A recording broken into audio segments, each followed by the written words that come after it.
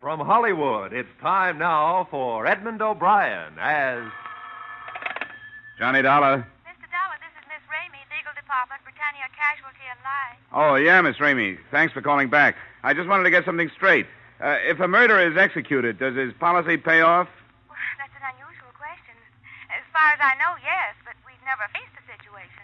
Well, put on your makeup. It's liable to happen any minute. Edmund O'Brien in another transcribed adventure of the man with the action-packed expense account, America's fabulous freelance insurance investigator. Yours truly, Johnny Dollar. Expense account submitted by Special Investigator Johnny Dollar to Britannia Casualty and Life, Hartford, Connecticut. The following is an accounting of expenditures during my investigation of Stuart Palmer, the man who wrote himself to death. Expense account, item 1, $123.42, air and miscellaneous travel expenses from Hartford to Chicago and the Cook County Jail. Well, you can make up your own mind about him, Dollar. He's like all those writers. If he isn't guilty, he's crazy. How are you, Lieutenant? Oh, hi, Markowitz. This is Mr. Dollar. Hello, how are you? Mr. Dollar? He's an insurance dick. He wants to talk to Palmer. Call him out, will you? Sure thing, Lieutenant. Hey, Palmer, your mother's here. I'll see you on your way out, Dollar. Yeah, thanks a lot, Lieutenant. Here's your boy, Mr. Dollar. You'll have to talk to him through the bridge. Stuart Palmer? Yeah. My name is Dollar. Britannia Casualty and Life sent me out here. I understand you're in some difficulty. If there's anything I can do to help... You didn't come here to help me. You came to investigate my new policy. Now, look... I don't need your help or anybody else's. I paid my first premium. That's all you or the company need be concerned about. They're concerned about the fact that you're being held on suspicion of murder. That doesn't affect the policy. Have you retained counsel? That's none of your business. Thanks for the cooperation. Nice to meet friends in a strange city. You can have him, Markowitz. Thanks. Well, Dollar? Lovable, isn't he? What have you got on him? Oh, not much. Some wino was killed in the Clark Street pool room. Palmer was holding one of the cues. We pulled him in with about 14 others. When are you going to release him? We're not sure. He's been in before, you know. Tell me, what's the matter with him? Who knows? He's a writer. Crime stuff. Hangs around the West Madison district a lot of the time. Calls it research. Does he still have that Kenwood address? Wait a sec. Yeah. 5715. Well, I hope his wife is jollier than he is.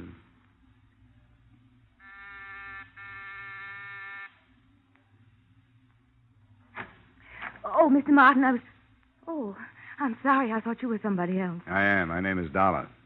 I'm an insurance investigator. Well, I'm sorry. We have all the insurance we can use. I said investigator. I want to talk to you about your husband. Oh, come in. Why do you do this to him? I know why. It's like he says. You're all after him. You don't like him because he's a genius. You don't understand him. You'll never understand Now, him. wait a minute. You can try all you want to. As Stewart says, when one human being does something better than another human being, that's when they attack him. Well, go ahead. Look, Mrs. Palmer, I'm on your side. I'm not the police. Oh. Now, why don't you sit down? I'll explain the whole thing to you. Come on. That's better. Now, your husband took out a $100,000 life insurance policy last week. Well, there's certainly nothing wrong with that. Mrs. Palmer, please. This week, your husband is arrested on suspicion of murder. There, now, you see? You don't know anything about him, and already you're accusing him of the most awful I thing. am not accusing him of anything, Mrs. Palmer. I'm just trying to help. I talked with your husband a little while ago. He wasn't very cooperative. I'd hoped you would be. Well, you put him in jail, and then you expect him to be cooperative. Does he have a lawyer? Yes, of course, Mr. Martin. That's who I thought you were. Well, how does Mr. Martin feel about this? But he's been very nice. Stewart isn't worried. Stewart knows that Mr. Martin can spring him any time he wants to. I see. What does your husband write? Books? Well, he used to write for the radio. But as he says, it's a very limited medium. So one morning he went to his agent and tore that contract up right in his face. And that very day he started to write his play. 140 pages. Uh-huh. With real people in every scene. He took every one of them from life. Is the play about crime? How did you know that? Well, I met your husband doing a little research in jail. Well, they put him in jail because they don't understand. As he says, they don't put a doctor to bed in a hospital because he's doing research on a dangerous disease. People people don't know good from evil. That's what's wrong. They're afraid of the truth, and that's what Stewart writes. He practically lives with his subjects. Criminals. Yes, he studies them. Nobody can write believably about something unless they're familiar with it. That's the sacrifice he makes. You don't get to see much of him, do you? Well, his work is infinitely more important than I am. But as soon as his play is produced, we're going away together. Atlantic City or Bermuda. The manuscript has been in New York for 6 months now, so it shouldn't be long before he hears. What has your husband's income been for the past 6 months? Well, there hasn't been much. But great art is often born of poverty. But $100,000 insurance policies aren't. Who's this man, Neil Beasley, your co-beneficiary? Co-beneficiary? Well, if you're going to sit here and be insulting, perhaps you'd better leave. Well, perhaps I'd better. You mentioned an agent. What's his name? George Michaelkoff. He's in the Ingram building. Crazy. The guy is crazy. You can't do business with a guy like that. Art, he talks. Everything's got to be art. Spends his time with bums, and he calls it art. Hasn't he done anything for 6 months, Mr. Michaelkoff? Not with me. Well, let's face it. Not with nobody. You know, he could have been a good writer, this boy. But he was too arty, not commercial. Then, boom, he's got to write a play. And where is it? Probably in the bottom drawer of Hallstein's desk. And it's going to stay there. Here's a copy. Take it along and read it. Thanks. What about this research he does? Research? Is that what he told you? I had to go down to the county jail and bail him out. Twice. That's what washed me up. Someday they're going to catch him with the goods on him. You know, maybe it started out to be research, but it ain't now. Well, how did it start? With a guy named Neil Beasley. Neil Beasley? Oh, you heard of him, huh? Yeah. Yeah, that's the boy. He took Palmer under his wing, and that's where he still is. I don't know. Maybe he can't get out. Beasley came up to the office with Palmer once. What a character. Where does this Beasley hang out, do you know? Who knows? Nasty neighborhoods. Expense account, item 2, 80 cents, cab fare to a nasty neighborhood. After a lot of questions and bad bourbon, I came across a character who called himself Roscoe. Roscoe was the walking who's who of the district. When I mentioned the name Beasley, he swallowed his drink, wiped the back of his hand over his mouth, and leaned over the table toward me. Beasley. Let's see. Beasley. Come on, here. Here's something to stimulate your memory. Well, yes, of course. Beasley, Neil Beasley. Been a friend of mine for years. Slipped my mind. Getting old. Beasley was born in Cincinnati of well-to-do parents. They say he attended Harvard, but perhaps it's only a story. You know how stories start. Skip the history. Where can I find him? Any number of places. If the racetrack was open, you'd find him there, but the racetrack ain't open. There is his place of residence. Where is that? I don't know. But he must live somewhere. Obviously. What would you suggest? You familiar with the Atomic Tavern up the street? Oh, I'm a stranger in town. Peoria? No. You have the face of a Peoria salesman. I don't know, something in the eyes. Yes, well, the Atomic Tavern up the street. Thanks, Roscoe. You never did say where you were from. Hartford, Connecticut. If you're ever in town, look me up. 4 blocks away, squeezed between a delicatessen and a shoe parlor, I came upon the Atomic Tavern. It exploded just as I arrived. And stay out. That's no name to call a lady. Oh, come right in, sir. Come in. Anybody with a civil tongue is welcome, sir. Thanks. Here, boys. Neil Beasley around? Eh? Who wants him? His name is Johnny Dollar. I'm a friend of Stuart Palmer's. Well, you tell him that. He's at the back table there. All right, boys, come on. What do you have? Don't bother me, that's all. And it didn't bother me anymore. Your name, Beasley? Mr. Beasley. Who are you? Mr. Dollar. What's your business, Dollar? Insurance, investigation end. Can I sit down? I'm working for a company that holds a policy on the life of Stuart Palmer. Insurance racket. I wonder how it started. I suppose somebody back in Rome bet Julius Caesar 10 drachmas he wouldn't live through the 15th of March and won. What do you want with me? Well, I'm looking for somebody who'll make some sense. Maybe you're it. I understand you're Palmer's beneficiary. That's right. He's a good boy. Yeah, but he's not a good risk. The company insures a radio right. I come out here and learn he's a petty criminal. What's your problem, Dollar? Why don't you cancel the policy? Well, I will if I can. Tell me, what got him started? Well, put yourself in his place. He spends a lot of time around here learning so he can write good stuff. He writes good stuff, so good they won't buy it, so he falls back on his education. That's logical, but illegal. Oh, they'll get him. They'll get me, too. It's fate. The bumps on your head, the lines in your hands, the stars, destiny. Who can stop it? Well, that's quite a philosophy you've got. I was looking toward the front of the building. I hadn't seen him come in, but it was Stuart Palmer. He was standing at the elbow of the bar, obviously looking for his friend. When he spotted me, he started for the door. Oh, sit down, Dollar. That's my arm, Beasley. Sit down and leave him alone. The cops released him. Just leave him alone.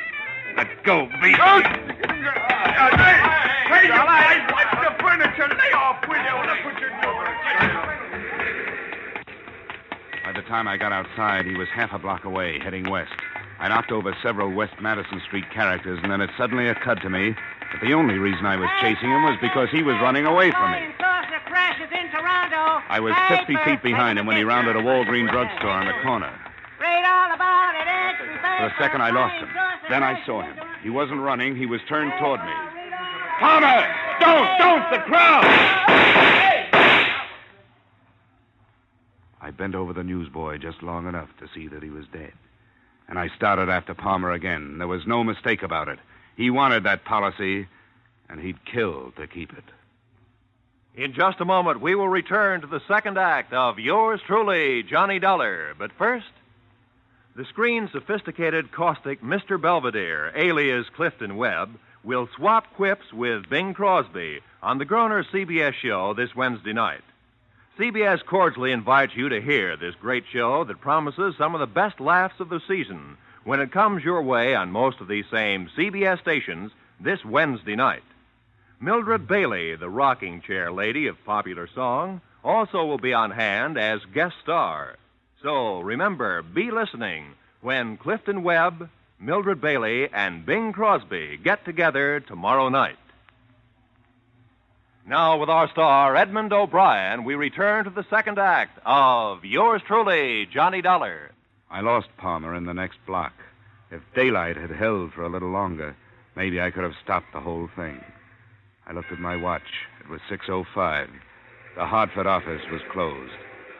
I headed back for a phone in the Walgreens drugstore. I got to the corner just as the police and the person of Lieutenant Carrigan pulled up. All right, you people. They're away. Dollar! What the devil are you doing here? Look at that kid, Carrigan, lying there. If you hadn't let that maniac out, the boy would still be hawking his papers. Hey, wait a minute. Back off. What are you talking about? Who do you think did it? Palmer. Palmer? Are you sure? Yeah, he was shooting at me. What'd you let him out for? Oh, look, Dollar, there are laws. I told you earlier we didn't have much on him. He was clear. Well, you're sure not clear on this one. Huh. Kid only had 3 papers left. I think you better tell me what happened, Dollar. Well, let's move away from here. Yeah. Oh, hey, folks, why don't you go home? Come on, move, huh? I don't know what there is about people. They're just glad it wasn't their kid. Well, here's the tale. I came down here to find a guy named Neil Beasley, a friend of Palmer's. Palmer showed up in the joint. When he saw me, he made a dash up the street. I took out after him, and when I got to the corner, he opened up. The kid was standing next to me. After the gunfire, I went after Palmer again. Believe me, I wish I'd caught him. Yeah. Sergeant? Yes, Lieutenant. Put out a general on Stuart Palmer. All the dope's in my office. Yes. Why would he want to kill you? That's a $100,000 question, Lieutenant. I'll be in the drugstore. Gotta make a phone call.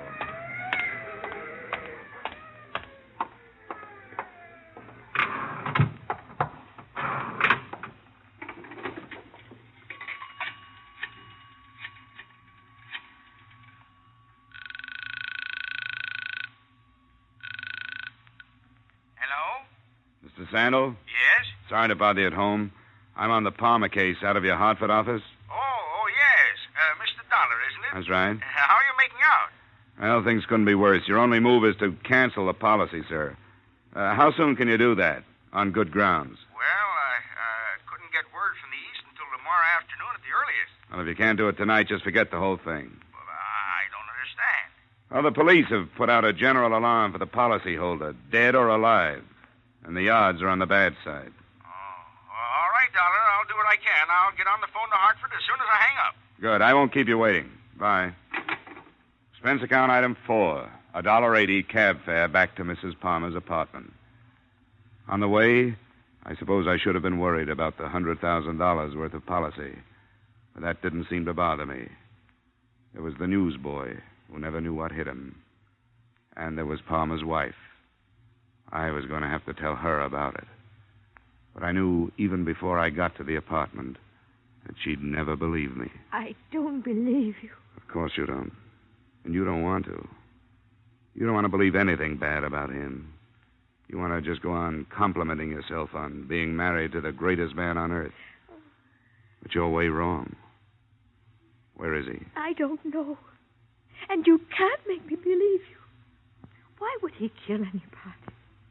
Well, my guess is that he's doing it for you. Oh, that's a terrible thing to say. He wouldn't do anything wrong, even for me. He took out an insurance policy that he couldn't afford. Why do you think he did that? I don't know. I never understood about business. Well, he sure got you. Some people have collie dogs, and he's got you. He comes home, pats you on the head, so you'll look up at him and tell him how wonderful he is. You know why? Because nobody else will. You just don't understand. You just don't understand at all. How long has it been since he treated you like a woman? Bought you things like candy, flowers. When was the last time he spent an evening with you? Why are you saying these things? Well, I'm trying to tell you that he failed, both as a writer and as a husband. Don't you see? He's trying to make it up to you. He wants the police to kill him so you'll collect the insurance. That's a lie. Where is he, Marion? Oh. Hello? Yes? No, he's here now. Why do you say that? No. Stuart, where are you? He hung up.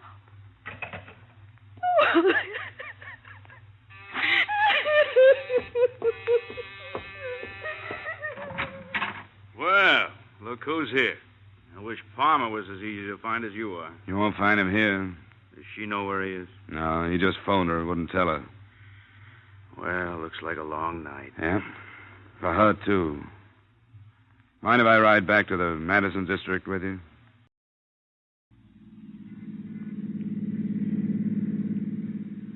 That's quite a theory, Dollar. What happens to a guy to get him in a mess like this? I don't know. Burned too many bridges, I guess. Made a stand with his agent. Told everybody he'd show him he was right. Now he can't do it. Oh, people. I don't know. Maybe I've been in homicide too long. I used to think a lot about things like this. You know, wonder about what started these characters, what got them to the place where I'd have to go after them. No more. Their problems aren't mine. All I worry about now is how to get them without getting anybody else hurt. You've got a nice, simple job, Lieutenant Carrigan. Yeah. I was thinking of that. You want him alive? The insurance company does. I hope it works out for you. I can't take any chances. We always try to save him for a trial. But if you're right about this one, he'll come out with a gun. Those are the kind we have to stop. You know, this could turn into a very unpleasant situation.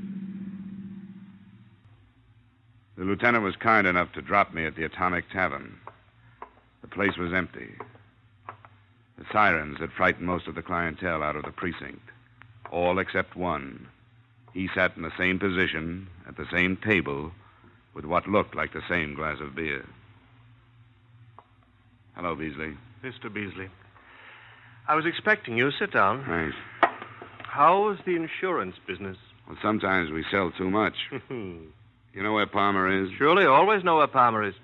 He tells me things he wouldn't tell anyone else. You may not care, Mr. Beasley, but you just made yourself an accessory to insurance fraud. Not unless I tell the police where he is. And then your company is out the $100,000. And you're in 10. I'll tell you the truth. I don't want that money. I don't want a penny of that money. Looked good at first. He wanted to give his wife a break, offered me $10,000 to help him out. How did you help him out? Well, take right now, for instance. I could have tipped the cops twice a minute since it happened. In fact, I was supposed to. Cops would have killed him. Wife and I would have collected our money. But I can't do it. Isn't it a little late for Boy Scouting? No. No, not if you could talk him out of it. Where is he? No cops. No cops. Just as soon as I finish my beer. We walked down Halstead with the red streetcars rumbling by and the fruit trucks and the chicken wagons. I didn't notice the name of the street we turned west on, but a block and a half later, we stopped, 2 doors away from a basement barber shop. Well, that's where he is. You're crazy to go in there. Are you staying out here? No. No, I'm going in. But I'm crazy, too.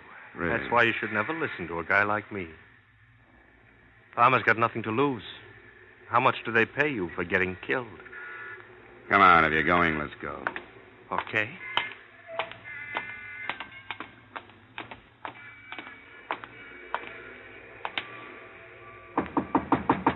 Palmer. Palmer, it's Beasley. Let me in.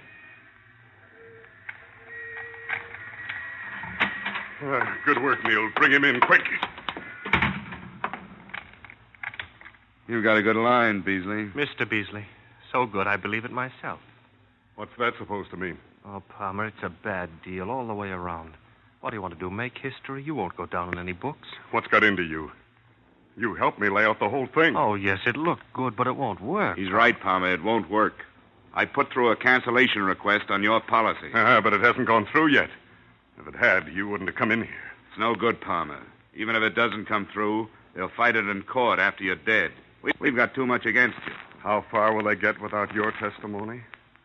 You aren't going to be around to give it. Well, that's no good either. If you kill me, that'll clinch it. Oh, come on. Use your head, Palmer. You've got a chance.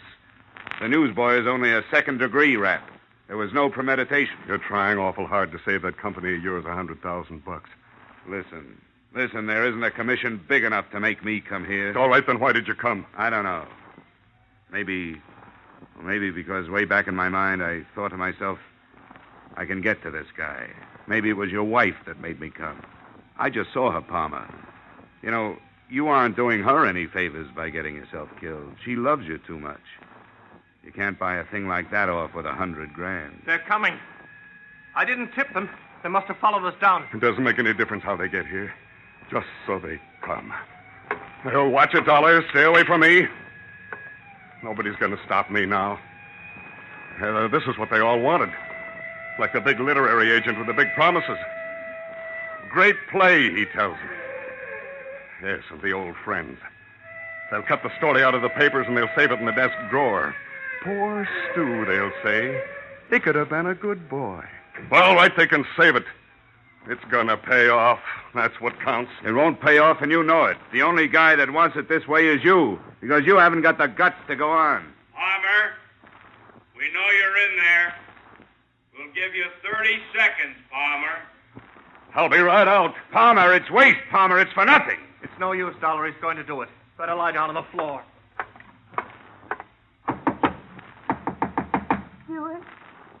Stuart, are you in there? Marion, get away from here. I want to talk to you, Stuart. Open the door. Oh. Come on in here. Marion, what are you doing here? Come with the lieutenant. Don't do it, Stuart. I don't want money that way. Wait a minute. Did they make you come in here? No, I wanted to go. Don't do it, Stuart. Please. Goodbye, Marion. Stuart, don't go. Stuart, come back. Let go of me. Stuart! Get down on the floor. No! Come on, get down. There's nothing you can do. Stop, Palmer. Stop.